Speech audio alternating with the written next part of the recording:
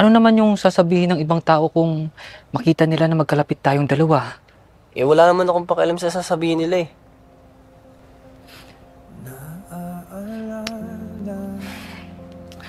Pero alam mo, tama ka rin eh. Dapat hindi natin sila iniintindi.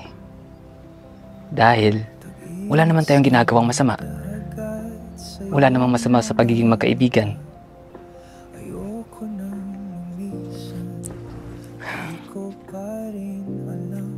Kaya, pinabawi ko na.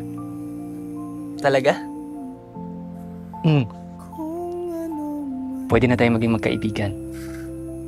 Basta, simula sa araw na to, magkaibigan na tayo. Walang labis, walang kulang. Talaga? Hmm. Ayokong bumitaw. Ayokong bumitaw. Ayokong bumitaw. Ayokong bumitaw.